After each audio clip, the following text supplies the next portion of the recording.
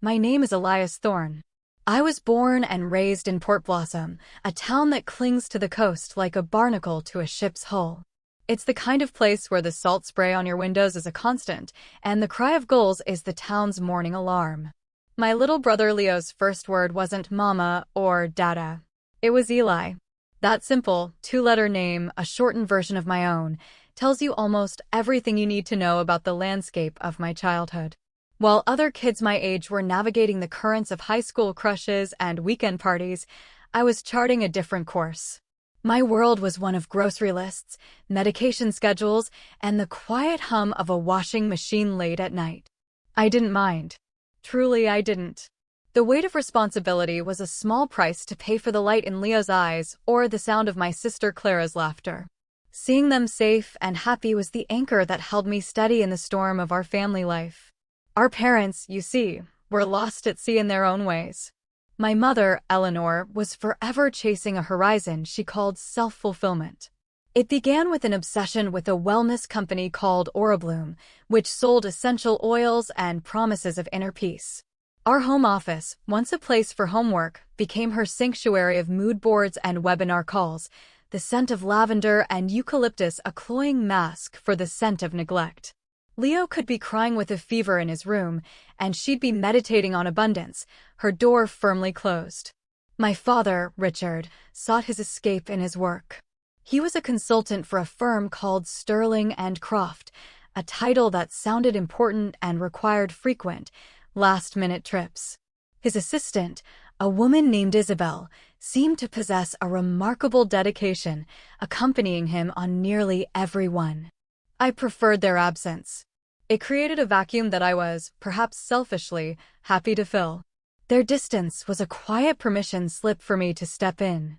Every forgotten parent-teacher conference was a chance for me to hear Mrs. Albright praise Leo's sharp mind. Every missed dance recital meant I was the one in the audience, watching Clara's face ignite with joy when she spotted me. I was the one who held her hand after she fell off the monkey bars and needed stitches, convincing the urgent care nurse that at 15, I was responsible enough to sign the paperwork. I was the one who spent my nights working at a diner to buy Leo the bicycle our parents had promised and forgotten, teaching him to ride in an empty church parking lot as the sun bled into the pale morning sky. The day I turned 16, I opened a savings account. Every dollar I earned from bussing tables and washing dishes went into it. It was our lifeboat, the fund I'd dip into when Eleanor's latest Orabloom investment drained the grocery money, or when Richard's business expenses left no room for Clara's school field trips. For years, our silent system worked. I'd rise before dawn, pack lunches, check homework, and lay out clothes while our parents slept off whatever dreams or drink had carried them through the night. The kids were fed, they were loved, and they were safe. To me, that was a universe. Then came Leo's high school graduation, and the universe I had so carefully constructed began to fracture.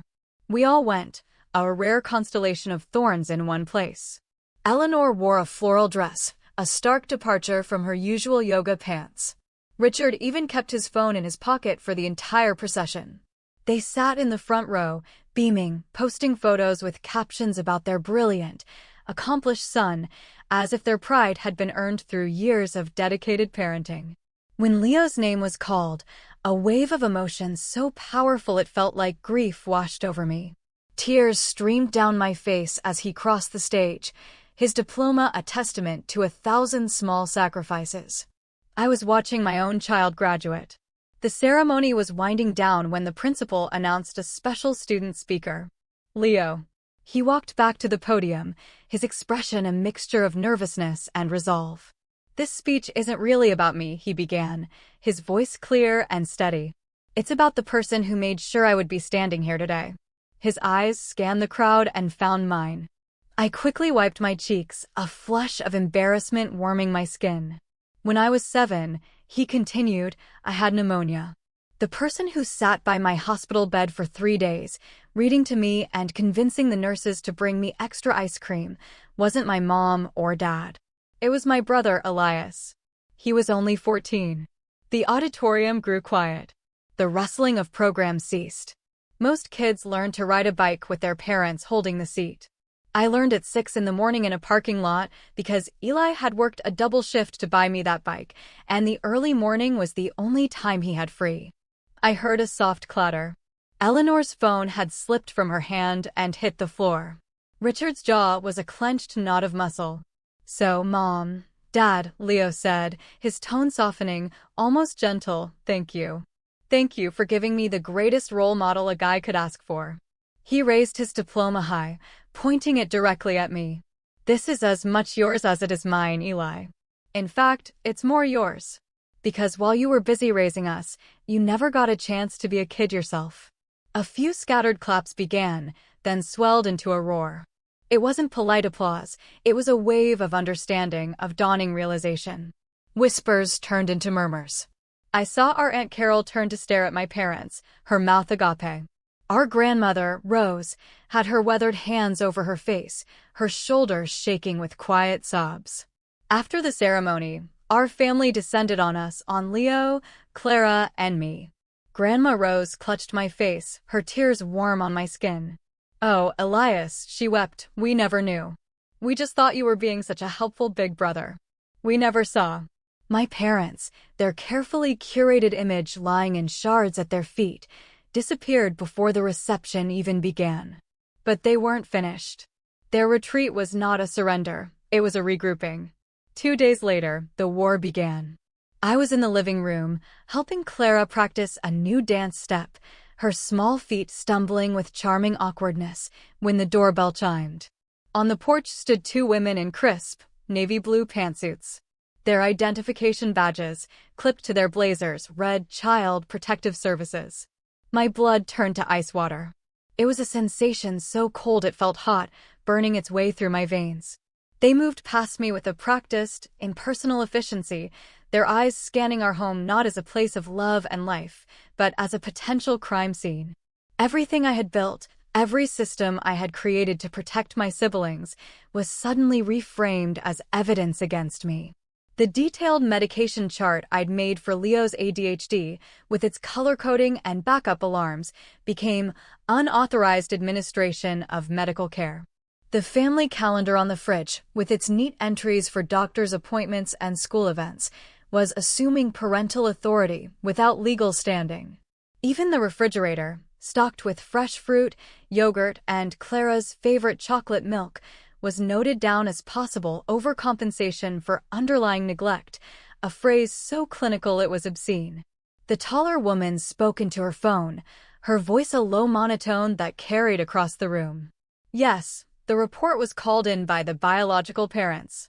They've expressed their willingness to resume full-time custody immediately." And just like that, the final piece of the puzzle clicked into place. This was their revenge.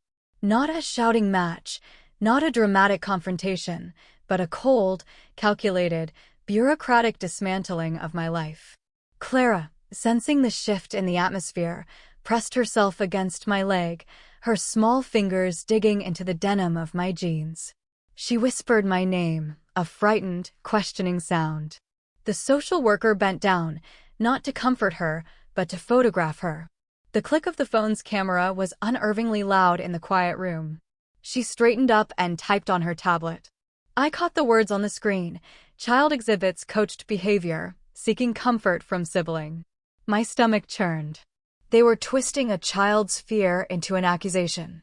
Through the window, I saw Richard's silver sedan pull into the driveway. He emerged in a charcoal suit I'd never seen before, his phone pressed to his ear. Eleanor got out of the passenger side, her thumbs already flying across her own screen. A moment later, a notification bloomed on my phone. It was a Facebook post from her. "Fighting to get my babies back from a difficult situation. So blessed to have the strength to protect my family. Prayer warriors, I need you." She had tagged 42 people and had, in her haste, misspelled Leo's middle name. Richard strode through the door without knocking, his voice booming with a rehearsed authority. He began spouting phrases like parental rights and due process, pulling a sheaf of documents from a leather briefcase. I tried to explain. I showed the shorter worker the medication chart, how I had set alarms on my own phone to ensure Leo never missed a dose after our parents had forgotten for a week straight. My hand shook. Did you have a medical power of attorney? She asked, her pen poised over her notepad. The question hung in the air. Power of attorney? We had never thought of it. Why would we? It was just life. It was just me, taking care of my siblings, the way I always had. The chaos intensified. Grandma Rose's car screeched to a halt behind my father's. She burst through the door, her face flushed, demanding to know what was happening. Then I saw the familiar signs. A slight tremor in her hands, a sheen of sweat on her brow. Her blood sugar was dropping. Her insulin kit was in her purse, but she would need juice, something to eat, fast. I was torn. In the filing cabinet in my room was every piece of paper that documented my care for the kids, school report cards I'd signed, emergency room receipts, letters from teachers. Every second I spent helping my grandmother was a second my parents could use to spin their narrative. I chose my grandmother. I rushed to the kitchen, my hands fumbling as I opened her kit and found a carton of orange juice. Behind me, I heard Eleanor's voice, syrupy and sweet. Clara, sweetie, when you come home with Mommy and Daddy, we can get you that puppy we talked about. And your room will be all pink, just like a princess. Clara's small, clear voice cut through the tension. But where will Eli sleep? There was a beat of silence, just a fraction too long, before my mother launched into a breathless description of a canopied bed and a mountain of new toys. I watched the color return to Grandma Rose's cheeks, precious minutes ticking away. By the time I returned to the living room, my parents had deployed their strategy across the neighborhood. Richard was on the front lawn with our elderly neighbor, Mrs. Gable, handing her a cup of coffee from a local cafe while shaking his head in a pantomime of sorrow. Eleanor had cornered another neighbor by their mailbox, her hands gesturing wildly as she painted a portrait of a troubled, controlling older son who had overstepped his bounds. My phone buzzed with 3 crises at once. Leo's school, needing a permission slip for a field trip.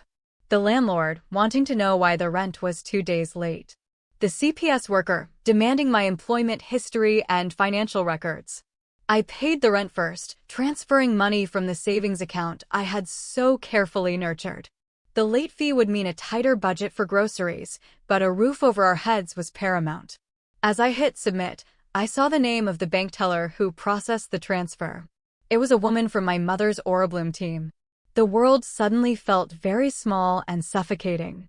The initial consultation with a family lawyer would cost $500, money I had set aside for Leo's college application fees. I booked it anyway. Every choice felt like another step into quicksand. My father's composure finally shattered when Clara, running to get her stuffed elephant from the car, called him Mr. Thorne. His face went from pale to a deep, blotchy red. He stumbled back, pressing his hands to his temples, his breathing coming in ragged gasps. It was a genuine panic attack. Even the social workers paused their typing to watch him hyperventilate into a paper bag Eleanor produced from her designer purse. Later, while he recovered on the sofa, Eleanor rubbing his back with a performative tenderness, Leo pulled me into the hallway. His eyes were red-rimmed but defiant. Dad apologized, he whispered, for missing all my baseball games. He said he's trying to be better now. That people deserve a second chance. I bit the inside of my cheek until I tasted copper. I wanted to scream, to list the 1,000 other things Richard had missed, the birthdays and fevers and nightmares. But I looked at Leo's face, at the desperate flicker of hope in his eyes, and I couldn't bring myself to extinguish it. Not yet. The social workers requested the children's medical records. I retrieved the thick, worn folder from my cabinet. As I handed it over, my eyes caught on a faded report from Clara's 4th birthday. She'd fallen and split her chin open on the coffee table. The signature on the Guardian line was mine. The timestamp was 2:17 a.m. I remembered that night with perfect clarity. Eleanor passed out on the couch, an empty wine bottle beside her, Richard on a conference call in his locked office. It was just me, holding Clara's tiny hand in the sterile light of the emergency room, singing Twinkle, Twinkle, Little Star on a loop to keep her from crying while the doctor put in 3 tiny stitches. That night, after the CPS workers had finally left, their tablets filled with a distorted version of our lives, I realized Clara's favorite blanket, a tattered piece of quilted fabric she'd had since birth, was still at my parents' house next door. She was already anxious, picking at the skin around her fingernails, a sure sign of her distress. I waited until the neighborhood was draped in darkness, then slipped out the back door. The fence between our properties was low, a simple wooden barrier I'd hopped 100 times to retrieve a stray ball. But as I swung my leg over, a bright light flooded the yard. I froze. The security camera on their back porch, a new addition, swiveled towards me, its blue light blinking rhythmically. Recording. The next morning, my mother sent me the video clip with a single line of text. "This doesn't end until one of us gives up. I've got nothing left to lose." She was wrong. She had so much to lose. But she was right that one of us would have to give up. And I, who had raised 2 children from diapers to diplomas on sheer will, didn't know how. The weeks that followed were a slow, grinding erosion of my world. My best friend since childhood, Maya, met me for coffee, her hands wrapped around her mug like a shield. Her husband, she explained, was worried. The liability, the association with such a messy, public custody battle, they couldn't have me babysit their daughter anymore. Tears welled in her eyes as she said it, but the words were a wall between us. The whispers in Port Blossom grew louder. Conversations at the grocery store would halt when I walked down the aisle. I saw a screenshot from a neighborhood Facebook group. "Is anyone else concerned about the situation at the Thorn House?" The comments were a horrifying mix of speculation about my mental state and armchair diagnoses of a savior complex. My parents played their parts with chilling precision. Eleanor began wearing the same lavender perfume our grandmother favored. Richard started showing up at Leo's weekend soccer games, a thermos of coffee in hand, trying to forge a connection in 90 minutes that he'd failed to build in 17 years. He brought his new partner, Isabel, to Clara's dance class. I watched from the viewing window as Isabel, who had once been just a name on a flight itinerary, expertly braided Clara's hair, using the same 3-strand technique I had painstakingly taught her. The battle for the narrative was relentless. To prove their neglect, I had to become a detective in my own life. I spent hours sifting through old bank statements, cross-referencing credit card charges for lavish dinners in other cities with dates of school plays and doctor's appointments. I found the truth in the digital breadcrumbs they'd left behind, an Amazon order history filled with cases of wine and cocktail party supplies, but only 2 orders of diapers in a year, a LinkedIn profile where Richard had endorsed skills in strategic planning, but had been absent for every strategic moment of his children's lives. The evidence was damning, but each piece I uncovered came at a cost. When I found proof that Richard wasn't at a conference in Denver during Leo's pneumonia, but on a vacation with Isabel, Leo's reaction wasn't relief, but a quiet, wounded sorrow. "You're just trying to make me hate him," he'd said, retreating to his room. The legal fees mounted, draining the savings account I had guarded so fiercely. My parents, meanwhile, had hired one of the most expensive law firms in the state. The imbalance was dizzying. I lost my job at the diner. My manager, a kind man named Sal, said my personal circumstances were creating too much distraction. The worst part was seeing who they hired to replace me for the day shifts, Isabel. Some nights, the loneliness in the house was a physical presence. I'd sleep in my car parked down the street from the school, just to feel close to them, to the life that had been stolen from me. I was a ghost haunting the edges of my own family. The turning point, the moment the tide began to shift, came from an unlikely place, Grandma Rose's filing cabinet. During a supervised visit, she had slipped a small, old-fashioned key into the palm of my hand, her eyes pleading with me to understand what she couldn't say aloud. That night, I let myself into her quiet house. Inside the cabinet, beneath old tax returns and insurance policies, I found a box of my mother's old journals. I felt like a trespasser, but I opened the first one anyway. The entries from 10 years ago were a revelation.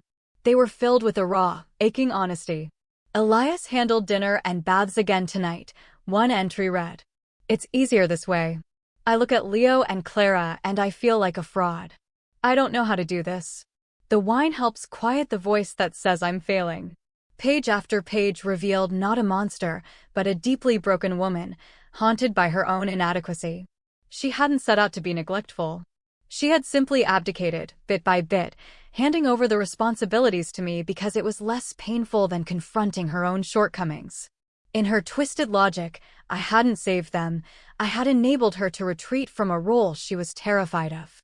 I had stolen her chance to even try. I also found a letter from her own father, my grandfather, written shortly before he died. "Eleanor," it said, "don't make the same mistakes I did. Those children need you.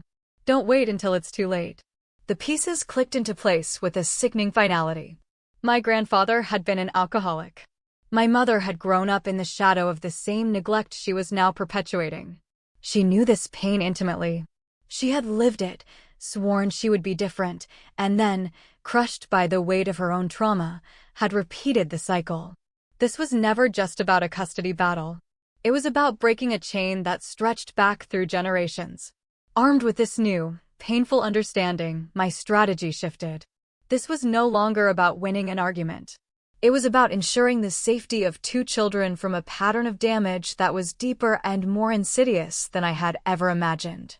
I presented my case to the court-appointed psychologist, Dr. Ashford, not with anger, but with a quiet, sorrowful certainty. I laid out the evidence, the financial records, the school reports, my mother's own words from her journals, not as an indictment, but as a map of our family's brokenness. I spoke of love, yes, but I also spoke of stability. I spoke of the need for predictable meals, for consistent bedtimes, for a home where the emotional weather wasn't determined by the level of wine in a bottle or the success of a business trip. I spoke of breaking the cycle. The final hearing was a quiet affair, held in the judge's chambers. There were no dramatic speeches, no shouting. There was just the weight of years of evidence and the calm, considered report from Dr. Ashford. I don't remember the exact moment the judge gave her ruling. The words seemed to come from a great distance. Temporary sole legal and physical custody awarded to Elias Thorne. Mandatory therapy for Eleanor and Richard. Supervised visitation, contingent upon their progress. There was no rush of victory. No triumphant feeling. I just felt the colossal weight I had been carrying for 13 years begin to lift, slowly, from my shoulders. I looked over at my parents.